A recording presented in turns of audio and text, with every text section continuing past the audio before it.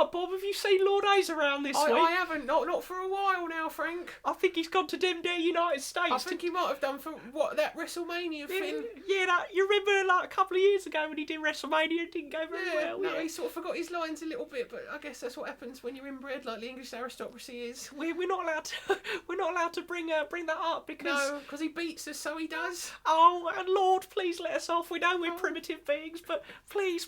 We're so tired of eating grass. Just let us meet the bushwhackers just once, please. I just realised this don't make no sense if you haven't really seen the rest of the podcast.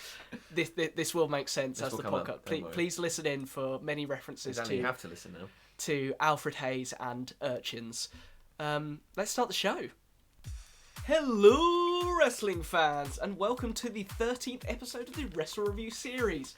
I'm your host, Nathan Packham, and I urge you, wherever you're listening from, to be sure to like, repost, and share if you're enjoying the content, and you can send feedback to WrestleReviewFans@gmail.com. Don't forget, all other episodes are archived on the YouTube and SoundCloud pages, so be sure to check out those as well. You can follow WrestleReview on Facebook and Twitter. You can find us at facebook.com/WrestleReviewFans or follow at WrestleReviewPC on Twitter. This podcast is also now a member of the OSW Podcast Network on piledriverwrestling.net. Join the OSW community to discuss and follow the show and to listen to the other great shows on the network. Not even sure if we're still on there because we haven't recorded a show in like 3 months. Oh dear. So, rejoining me for this show, he's returning for his second consecutive wrestler review. As we discovered last time, he's a fan of Tito Santana and the Heel Ghosts. Sounds like a band. A great band. Yeah. And he thinks Rick Rude has a fine physique. It's Jacob Simmons. Hello, thank you. How are you doing? I'm well, thank you. I'm back. I've made my grand return. I want entrance music next time. On the road to WrestleMania. The road to WrestleMania. There's a roadblock in Toronto. It's Triple H. It's Dean Ambrose. Promo. For $9.99. Is it? Yeah. Let's get $9.99 in there. I am already a network subscriber, so they need not advertise to me. This week's episode looks back at the 5th instalment of the sports entertainment spectacular, WrestleMania V, coming to you again from Trump Plaza in Atlantic City. Oh, Donald. He's actually going to get the nomination. I think he might Super too. Tuesday. He won through. Oh dear. We've got the return of Roddy Piper in this event, Rude vs Warrior for the IC belt, and Savage versus Hogan for the WWF title. First of all, some background for the event, starting with the Demolition and the Powers of Pain feud. That's a great one. Mr. Fuji got Demolition eliminated at Survivor Series. There was a double turn as Fuji became the Powers of Pain manager, and they became heels and began to feud with Demolition, who are now faces.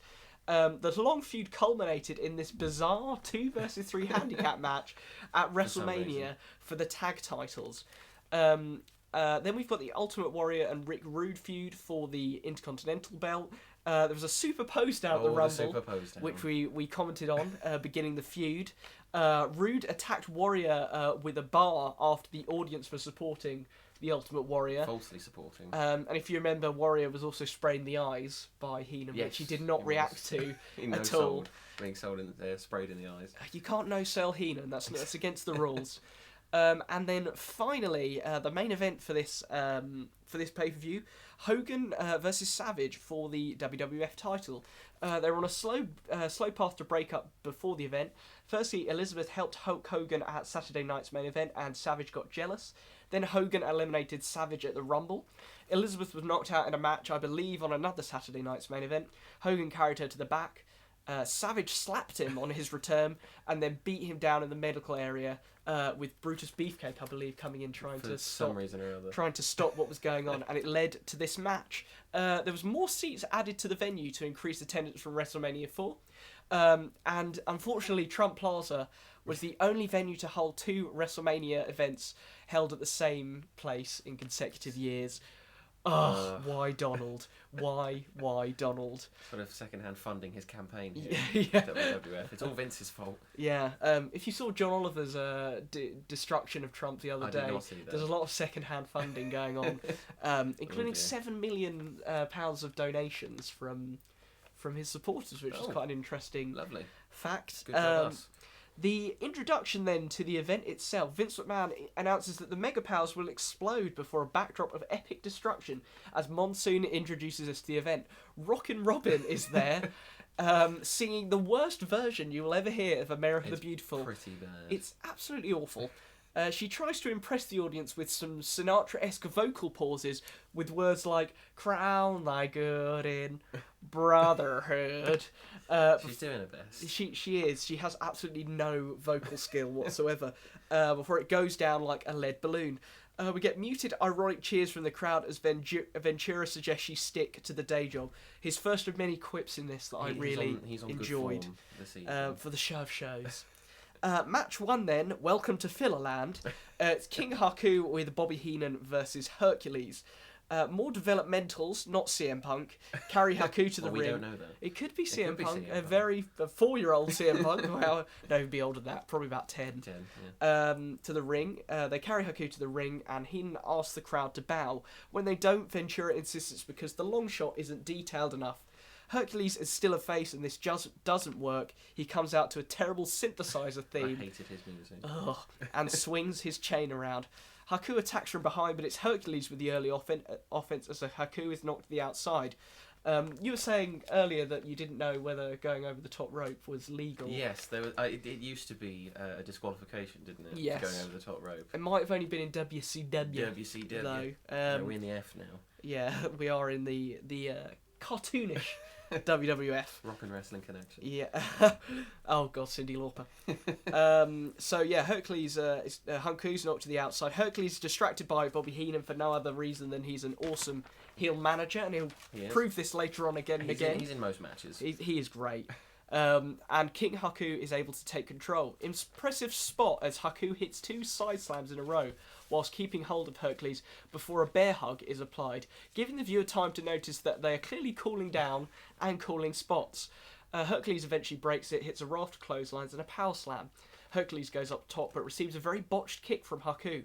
Then Haku misses from the top and Hercules hits a simple backdrop for the 3 count, making sure his shoulders are up during this period. A competent opener from 2 underrated stars, despite Hercules' terrible face turn.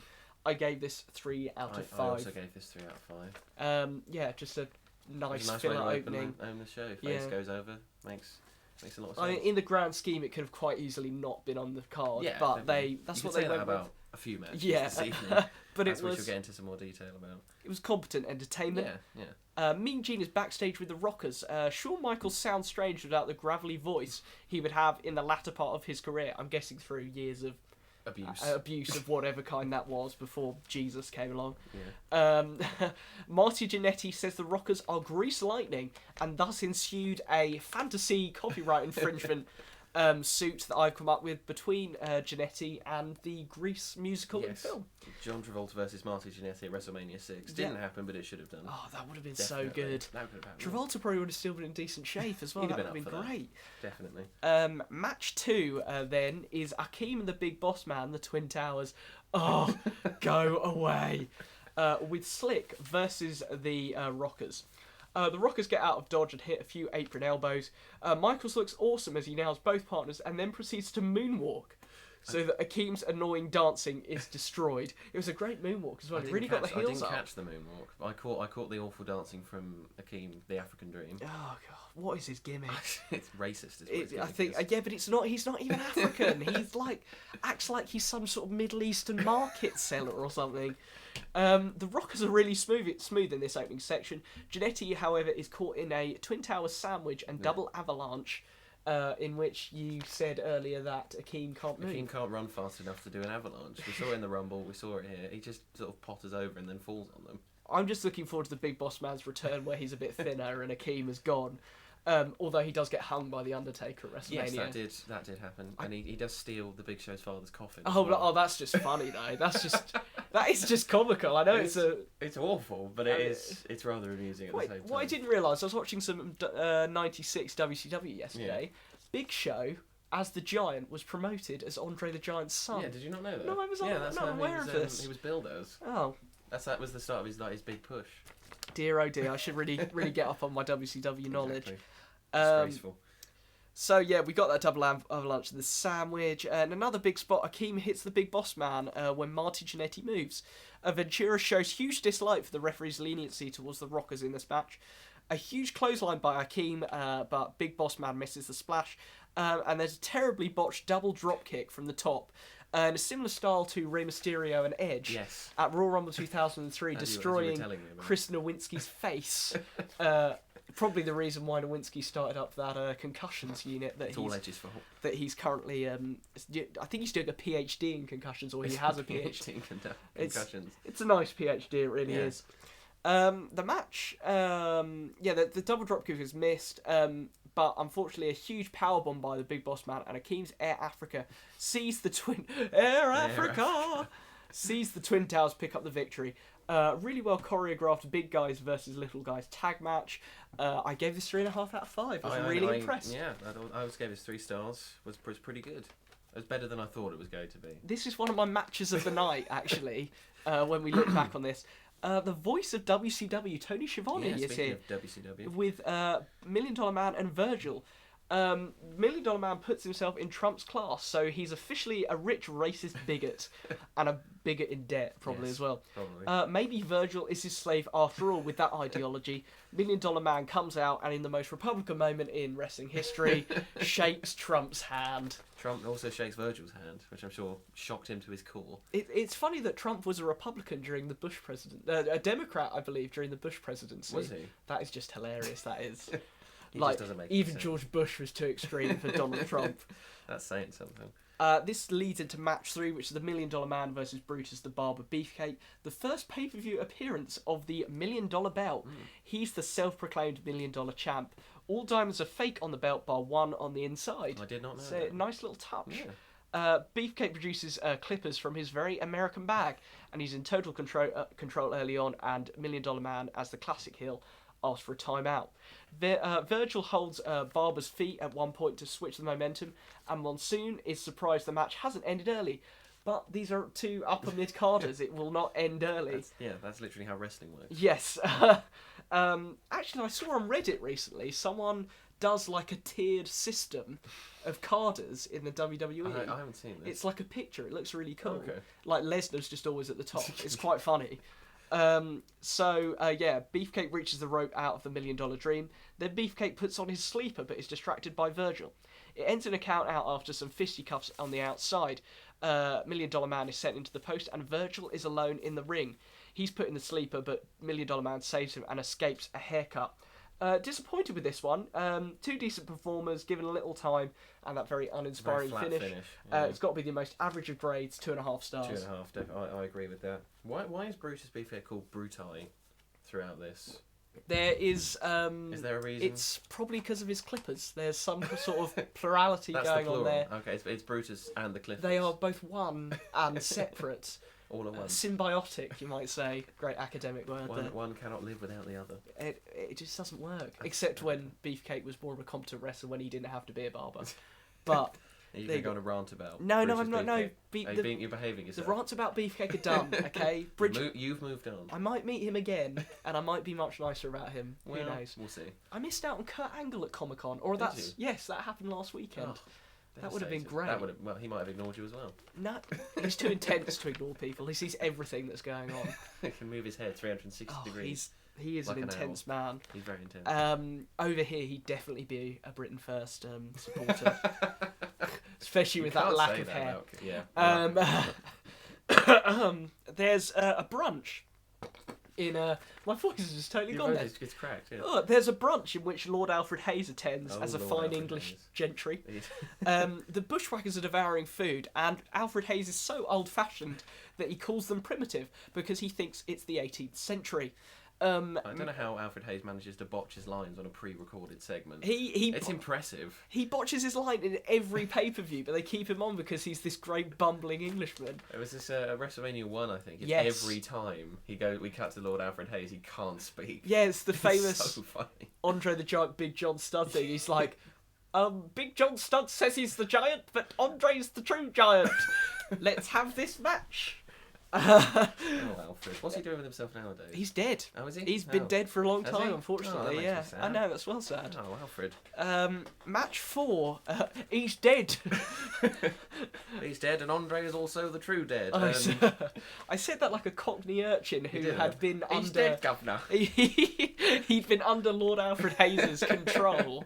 Like a weird upper-class fake. And now he can't find a home. And they're asking, where's old Lord Alfred? And he's like, dead, I've been living in the fireplace for 3 he's years. He's dead. Faded on his scraps. Match 4. Finally. The Rougeaus with Jimmy Hart versus the Bushwhackers. Some bad impressions of the Bushwhackers in the crowd as one of the Bushwhackers trips on the awkward entranceway. That'll be coming up in the next match as well. The Bushwhackers are prevented from ripping Jimmy Hart's jacket off as they catch him. We get some immigration talk, and Monsoon as the face sounds terribly like a heel when he announces that we've already got all the tired and the poor. Oh dear. Voting for Trump if he was still alive. A Trump Wonder how Lord Alfred Hayes would have voted. Probably Republican. He probably would have got confused. Yeah, he would. But the Democrat. God, blimey, for the governor. He's not a cockney. Barack Obama says he's the true Democrat, but Hillary says I'm the Democrat. Let's have this vote. There's one we can't do this for every match. We're going to stop. There's one point where one of the Bushwhackers grabs the penis of one of the Rougeaus, gives him a little waggle. A little tickle. A little waggle in there. A waggle and a tickle during a slam. That's their finisher, I believe. Oh, God. Like Gold Dust finisher. Just massive kick to the crotch. The shattered dreams. Oh, what a move. The battering ram, a backbreaker followed by a rush pin gives the Bushwhackers the win over the technically adept Rougeaus. This is absolutely abysmal. 1 out of 5 stars. I was slightly more generous with 2, but I can't stand the Bushwhackers. Yeah, why are they in the Hall of Fame? Well, it was just the big audience appeal for the time, I guess. It was because of the kiddies. They sold merchandise. Nowadays, the internet would absolutely destroy them on a Carly scale, I think. They'd be the Adam Rose of modern day. Adam Rose, not a bad wrestler. No, a great wrestler, just an awful gimmick he was saddled with. Russell Brand gimmick. Sean Mooney is mobbed on the entranceway. He seems like the intern. Yeah, he's the work experience kid of the announcers. He's licked by the Bushwhackers and he compares them to dogs. It appears Mooney is a colonialist as well. Next up is match 5, Mr. Perfect versus the Blue Blazer. Very, very excited for this match, weren't you? Yeah, I was. New wardrobe for Perfect, finally. His classic look is taking shape. What isn't so perfect is that he slips on that damn entranceway again. The golden steps of doom. I suddenly realised at this point that this was Mr. Perfect against Owen Hart. It's a great match. What a start. A dropkick knocked Perfect out of the ring early on. Baseball slide also by Hart. Owen Hart attempts some fabulous moves, but it's a little bit clunky at points. He's not as smooth as he should have I just remember the arm wringer where he then flips over. Yeah, that was pretty good. Yeah, but it's just not quite there yet. Yeah, it was impressive to attempt to. Owen Hart misses a diving headbutt as Mr. P puts the knees up, and Owen Hart takes it really well. Loads of close calls on Perfect. Blazer questions these calls and is caught in the Perfect Plex after the distraction for the 3. Not enough time, and both athletes not quite at the top of their game here, but really good promise for the future. Definitely. 3 out of 5 I gave it. I gave 3.5. Oh, I did very much. You love the enjoy technicals. I did. I also like that Mr. Perfect was kicking out at 1 to begin with. One of the problems is that people are hitting suplexes and body slams and kicking out at 2. But I think it was quite good.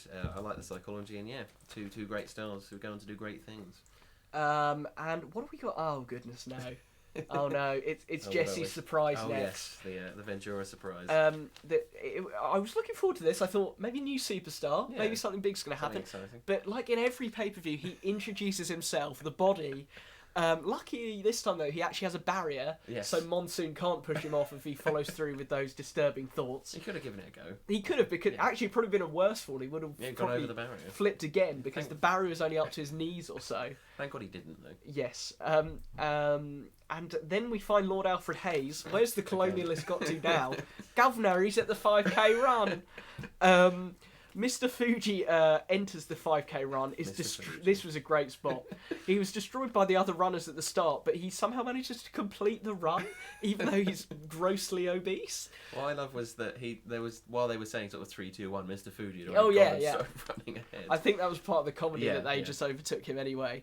Mr. Fuji seems like a humorous face here for me, rather than a dangerous heel. He was in a very humorous situation. It was strange to have him doing that. I just think he's funny anyway. I would have loved to. I would love to see Fuji and Heenan have a go at this. I think it would have been great. It's time for another terrible musical interlude. Run DMC. I love Run DMC. Not sure why they were here. Those of Walk This Way fame, I believe. And Tricky. And Tricky, WWE of course. 2K16. That is my recital. It's sort of good and vital. It should have been... Okay. We can't do this. We have it on SingStar and we don't know the lyrics still. No, I don't think they know the lyrics. They don't know the lyrics for this. Megastar rappers Run DMC are in the ring for the WrestleMania rap, and it's absolutely horrific. It doesn't help that the mics are poorly placed and it's impossible to make out the words. I couldn't hear anything they were saying. No, I just got WrestleMania! Wrestling! That's all I got for this.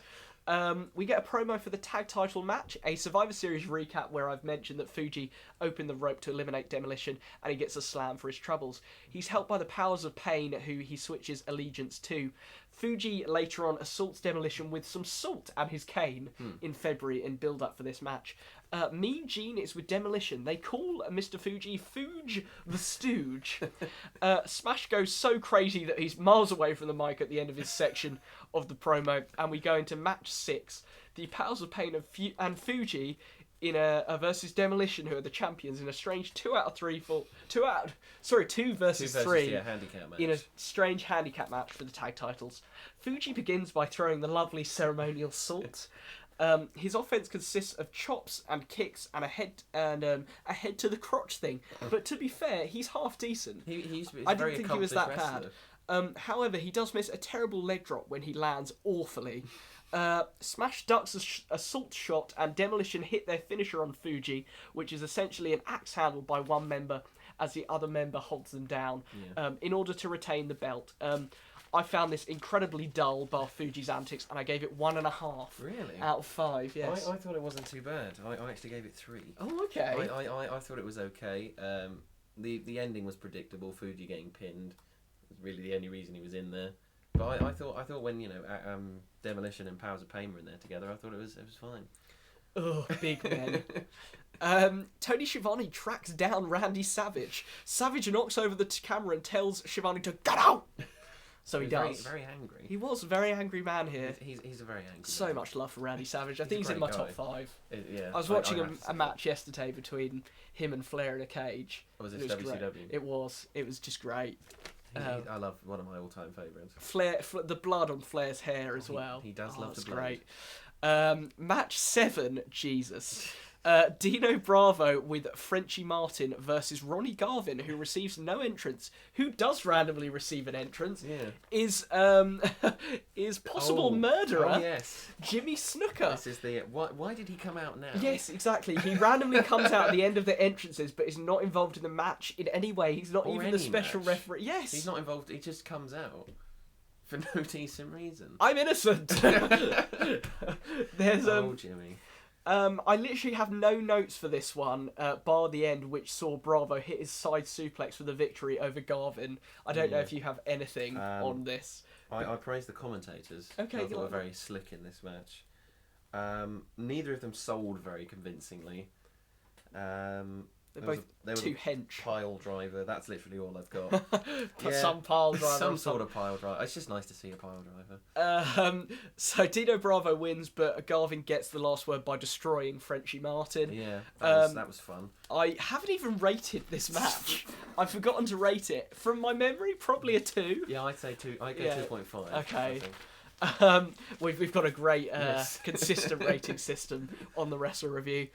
Match 8 is the Brainbusters with Bobby Heenan versus Strikeforce.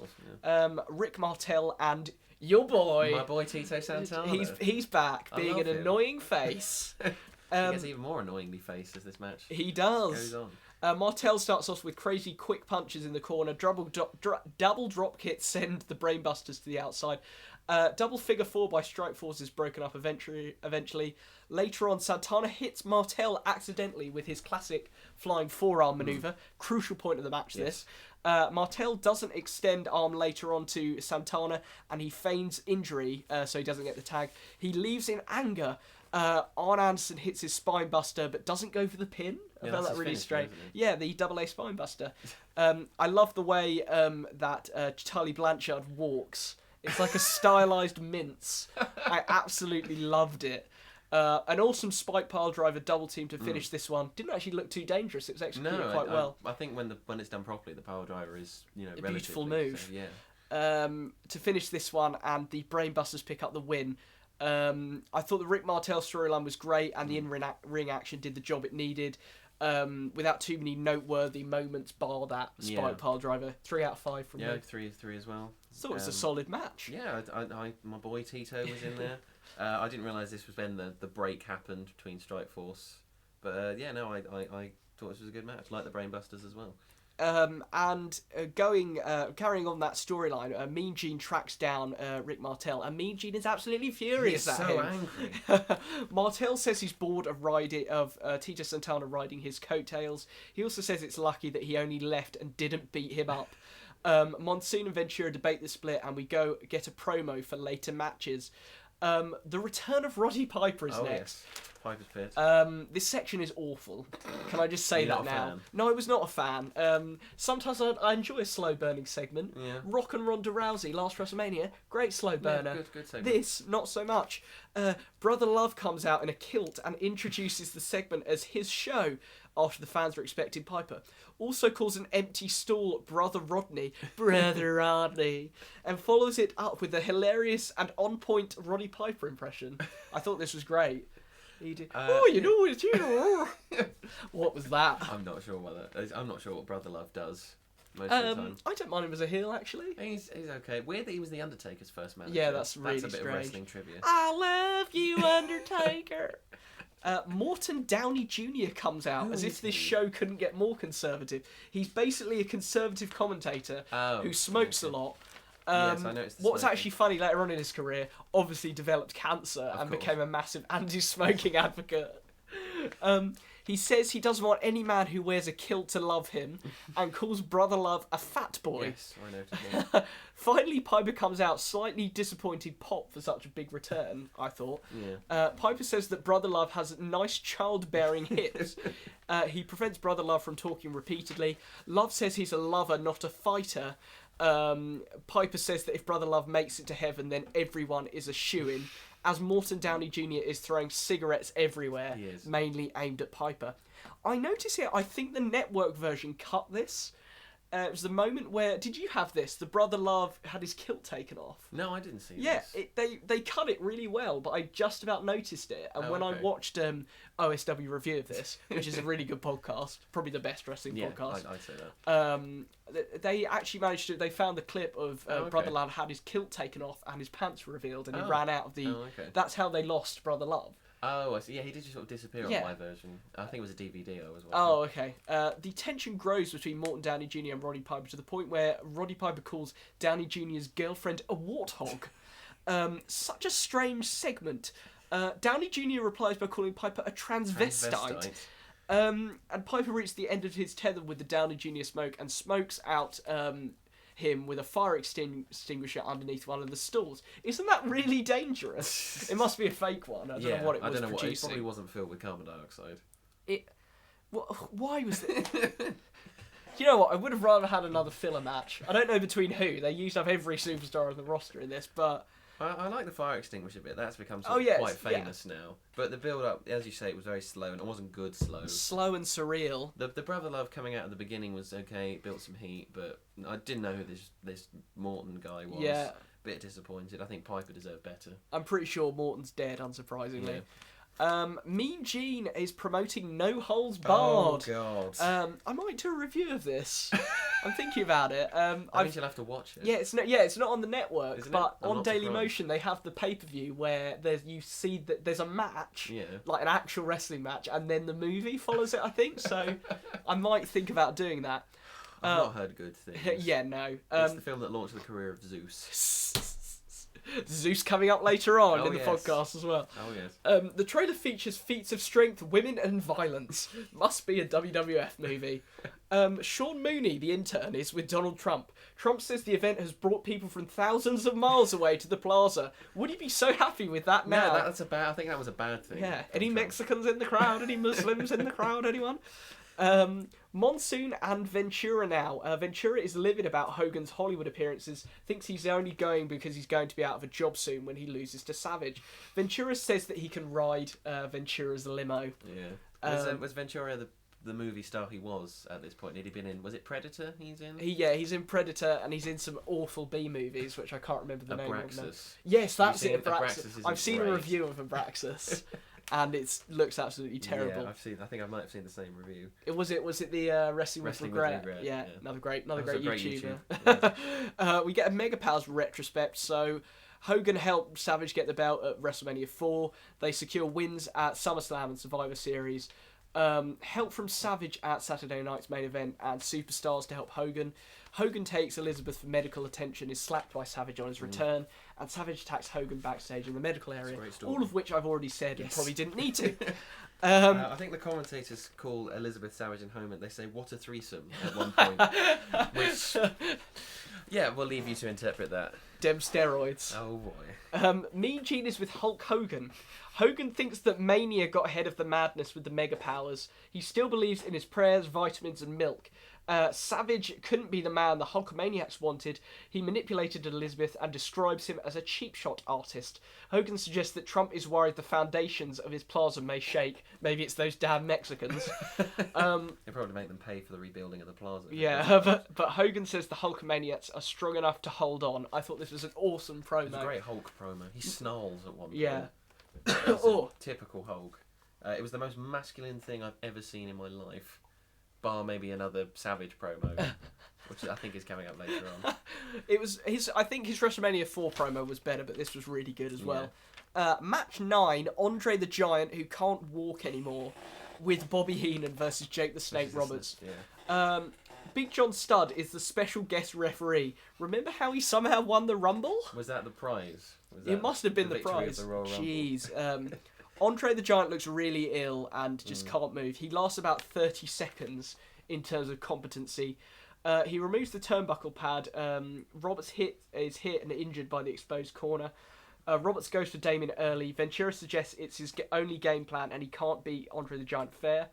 As Andre the Giant can barely move, he either simply leans into Roberts or hooks himself into the ropes. Roberts chokes him and Andre returns the favour. Roberts is dropped to the outside and repeated offense keeps him there. Big John Studd stops the reveal of Damien. Andre the Giant is pushed into the corner by Big John Studd. $1 Million Man then comes out and attacks Roberts and takes Damien. Roberts catches up. Andre the Giant decides to randomly choke Big John Studd. This is so random, all of this. Roberts throws in the snake and Andre the Giant escapes. Roberts given win by DQ. Oh, It was confusing. It was extremely confusing. There was nothing could be done because of Andre's condition. He was quite ill at this point, wasn't he? Yeah, I mean the only good bit was the uncertain situation with the snake. Yeah. Sounds like the latest porn release there. Sorry, Jesse Ventura. It was the only interesting part. I gave it 1.5 stars out of 5. I was slightly more generous with 2.5. There so were some entertaining moments. He can't move. I liked the bit when he was hooked in the ropes. That was quite good. I liked there was a couple of throwbacks to WrestleMania 1, which is Studd versus Andre. I did notice Monsoon said when Jake the Snake got Damien out, he said it's cardiac arrest time for Andre, which is incredibly awkward in hindsight. There's still 4 years to go. Yeah. So, but yeah, no, it was confusing, slow, but there was some entertaining points. Sean Mooney is in the cheap seats where he belongs. Isn't it a tad insulting to call them the cheap seats? Yeah. He talks to some possibly drunk fans when one of them repeats, "Jake's the best," Just over and over. thousands of times. The commentary team jokingly call them the Bob Uecker seats in reference to Uecker's involvement in the WWF. Tony Schiavone, who's had a decent gig for this event, is with Sherry Martel. She slags off Robin's singing and just saying what everyone is thinking. and Elizabeth's exploding mega powers. It's another porn release coming up. Whilst talking... That's what a threesome from earlier. Oh, God. Oh, there's 3. Box set. Whilst talking up her chances of regaining the women's title. Match 10 is a Greg Valentine and the Honky Tonk Man with Jimmy Hart versus the Hart Foundation. An established team. What, Valentine and Honky I think Tonk. they are now. Yeah, now they're Okay. not really competing in singles. They No. sort of are. What I found interesting about this, first of all, is this the first match where all the participants are still alive? Is Valentine still alive? Yeah. Honky's Then, still yeah, alive. Honky, whoops. Yeah, I think they might be, actually. Whoa. Strong early offense from the Harts, especially Bret Hart, obviously. He misses elbow from the second rope, though. They mentioned Patterson as a relic. Yeah, he in was this, old back in them. but he's Those one of the days. few performers still alive. He's still alive now. Goes against the old God hates gays thing, doesn't it? Honky Tonk Man hits Bret Hart with shake, rattle, and roll. But the figure 4 is reversed by Bret Hart. Good drop kicks by Jim the Anvil Neidhart. At the match's close, Anvil grabs the microphone for Honky Tonk Man, and Bret Hart nails the Honky Tonk Man with it. The megaphone. The megaphone, not the microphone. Sorry. Hart Foundation win, but Valentine seemed to break it up at the end. But they gave them the win anyway. Yeah. An enjoyable Ultra Heels versus Ultra Face match with a surprise ending. 3 out of 5. 3.5. I did Oh. enjoy this. It was a nice, nice technical match that we've had off the back of Andre versus Jake. I think, as we were saying with the Rockers, we couldn't tell who was going to be the breakout star. With the Hart Foundation, you can definitely tell. It's Although gonna I be think Bret. this is one of Neidhart's better performances. Yeah, no, I think I liked the sort of the mishmash of technical side from Bret Hart and then the big power of Neidhart. But Neidhart is very athletic in this match. He does some weird drop He kicks. does. He's got such a strange frame. We get a reminder of the pose down at the Rumble before heading into match 11. The match I think I was most looking forward to on the card. I've heard good things about this match beforehand. Rick Rude with Bobby Heenan versus the Ultimate Warrior, who is the Intercontinental Champion for the belt. Rude has an awesome IC title belt on his, spray. On his, tights. Looks great. Warrior makes an awkward run to the ring with the steps and the dodgy Steps entrance, of doom. but he doesn't trip, to be fair No. to him. I'm surprised he didn't hunt out Donald Trump and was like, I love you, Donald. And then Rude press slam. Rude hurts his knee immediately as Warrior still has the belt on. Great spot. Yeah, I've that never was seen that clever. before. Yeah. He takes the exaggerated corner throws from the Warrior amazingly. Early bear hug by Warrior. Fingers to the eye to escape from Rude. Drop kick from the top rope from Rick Rude. We're back to the bear hug. Heenan looking in his pocket or trousers for something, but nothing comes of it. Is he just fixing himself? The referee prevents Rude from performing a thumb to the eye again. Warrior attempts a splash, but Rude gets his knees up. Great pile driver by Rude. He gets a slow cover, so unsurprisingly doesn't get a 3. Major botch where Warrior loses balance when trying to perform a slam, and both competitors go hard and fast into the rope. Hard and fast into the ropes. The fourth part Oh God. of the WrestleReview porno. Monsoon tries to cover it up by saying Warrior attempted to dump Rude on the Yeah, outside. the commentary do a good job of covering that. Yeah, up. I mean, it looks awful, though. Warrior breaks the Rude awakening. However, later on, Heenan grabs Warrior's legs on the apron, and Rude falls on top for the 3, even though Warrior's feet were way under the bottom rope. Yeah. Bobby Heenan takes a terribly botched gorilla press. I thought he had died by Warrior, and falls awkwardly. This, for me, was probably the strongest match of the night for selling, choreography, and a controversial ending. 3.5 out of 5. 3 and I get 4. Oh. I really enjoyed this match. A classic match, I think, as WrestleMania goes. I like the finish. It was classic Bobby Heenan, and we get a great IC run from Rude. Yes, As a result. I'm looking forward to that later on definitely. in the podcast. In the So next. Is the next SummerSlam with the sign incident with Mean Gene? Is it the Oh, next what the fuck? I think it might be. I hope so. It's also the SummerSlam of Zeus. Oh God. Oh dear. Fuck it. Match 12. Bad News Brown versus Hacksaw Jim Duggan. Do you know I'm a really big Bad News fan now? I know you've said this before. I on the- really on the like him, podcast. even though he looks repeatedly pregnant. Bad News Brown almost leaves straight away. He grabs Hacksaw Jim Duggan's pants a little too enthusiastically at points when punching him, really getting inside them. It's disturbing. Later on, Bad News Brown misses the Ghetto Blaster, gets a chair in frustration, and Hacksaw Jim Duggan responds with a 2x4. The two clash with their chosen objects in the ring, and a double DQ is called.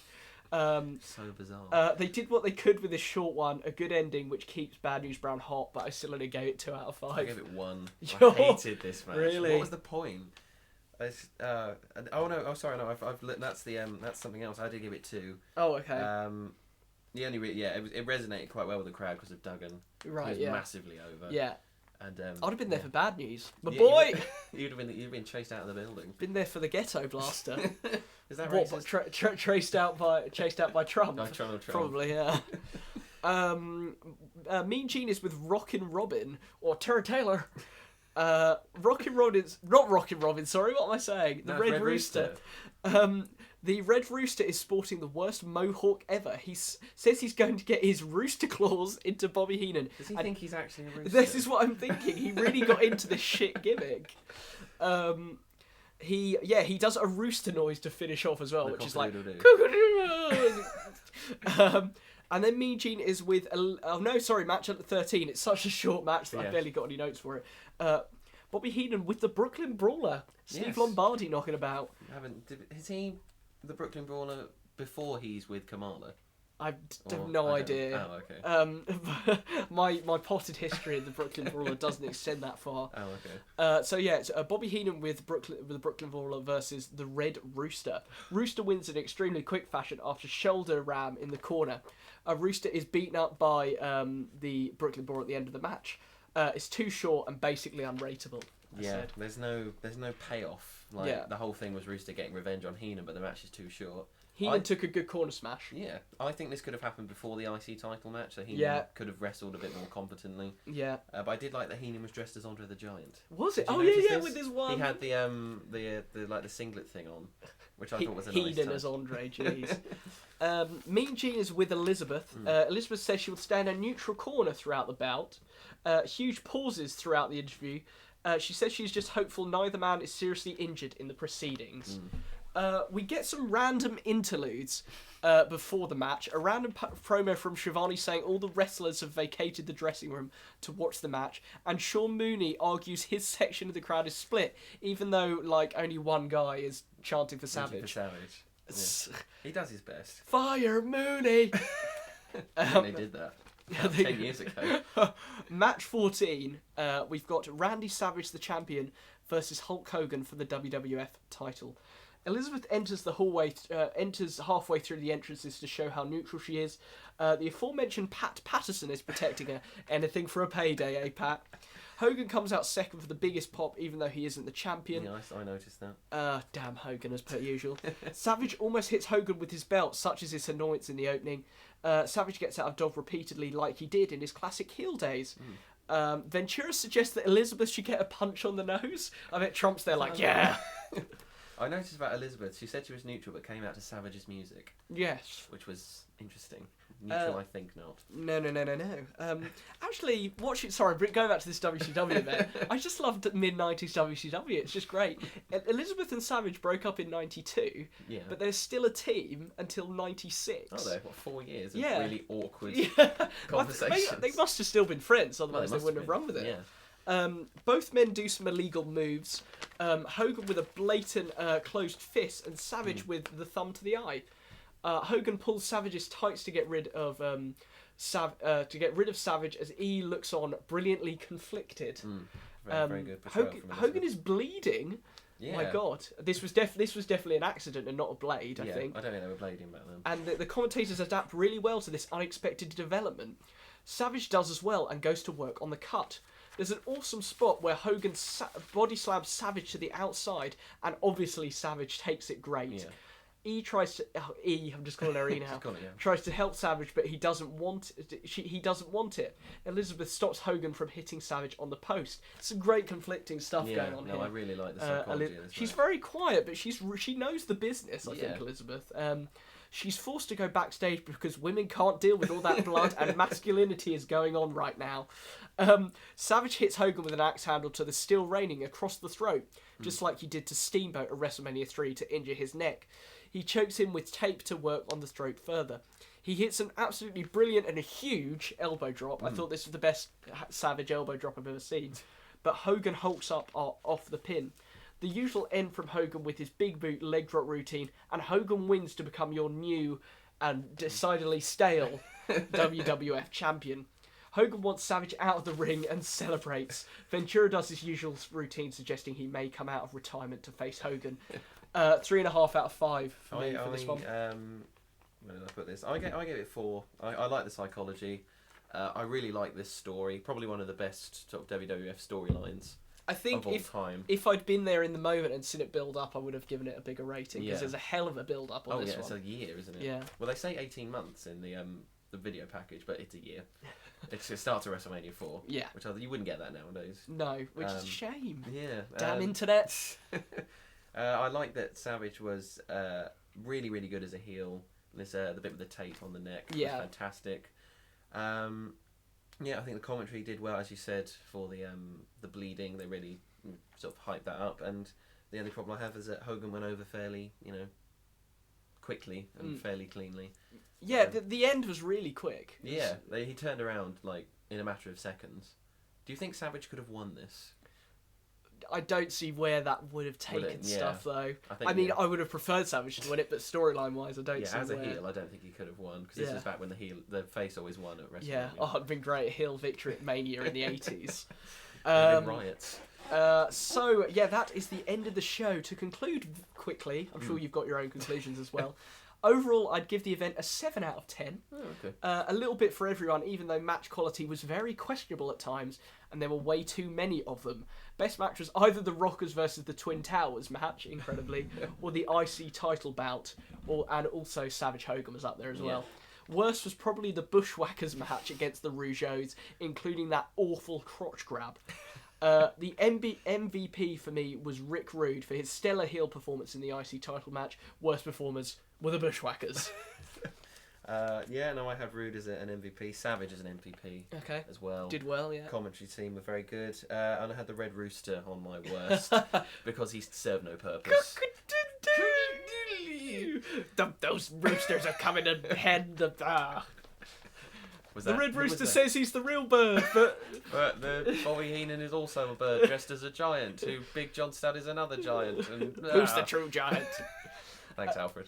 Thank you, Sir Alfred, for all your help.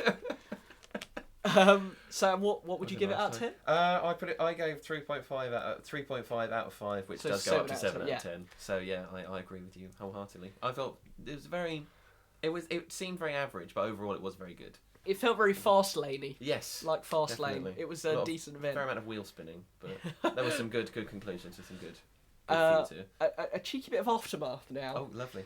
18,496 fans were at the event in Trump Plaza, and the buy rate has purported to be 767,000, which is incredible. Rick Martel, after his thing with Santana, turned into the model after that. This led to a match at SummerSlam between the Rougeaus and Martel versus the Rockers and Tito Santana. Oh, okay. Quite looking forward to that one. Should be good. Demolition lose the titles after 478 days. Is that the longest? I think it is the longest ever as tag champs. They lose to the Brainbusters on Saturday night's main event after interruption from Andre the Giant. I think there's a match between Demolition and Andre at WrestleMania 6. Andre's last appearance, though. That is it. Yeah, after that's fair enough. Thank goodness. The Rude and Warrior feud. Rude would defend against Warrior at SummerSlam, and Roddy Piper also got involved in their feud briefly, but more of that to come later on. The Hogan and Savage feud. The feud from the No Holds Barred film began to play out on TV, the storyline being that Zeus wanted revenge for his defeat to Hogan in the film. Hogan formed an alliance with Brutus Beefcake. Oh, is this the Mega Maniacs? Yeah, and Savage went with Zeus, so the SummerSlam match was booked. Yeah. Sherry also became manager of Savage at one point, where at one point they were interviewing Hogan, and Savage, I believe, hit Hogan with a chair. So that's going to be in the build-up to that as well. So that is actually it. That's a wrap. We're done with. What we on? 48 minutes or so? Enjoy. That's not bad going Yeah, for for WrestleMania. what was it, 15 matches? 500 years 14 long. matches. Oh, okay. So let's have a quick outro. That's a wrap for today. I do meta outros. I make people aware that it's an outro. Oh, okay, good. Right, Oh, we're in Lord, the outro. Lord Alfred, it's an We're outro. doing the outro. Yeah. Oh, he's dead. That's a wrap for today, guys. Thanks for listening into this edition of the WrestleReview podcast, looking back at WrestleMania 5. Remember to like and subscribe if you're tuning in from YouTube, repost and share on SoundCloud, and please send your feedback to the email address WrestleReviewFans@gmail.com. Thanks to Jacob for joining me and putting up with my surreal and frustrating sense of humour. Don't forget to listen into the other awesome shows on the Piledriver/OSW podcast network. Join us next time for SummerSlam. It'd be worth it just to see Zeus in action. Oh. Jeez. You beat me in a film, so that's relevant to real life. That's kayfabe to a whole new level. See you next time. Bye-bye from Lord Alfred's henchmen. Goodbye, Governor. Goodbye. See you later, Governor. See you later. Hello, Governor. Bye-bye. Yeah, Oh, Lord. just join us next time for SummerSlam. Yeah, join Bye-bye. us for SummerSlam. Bye, wrestling fans.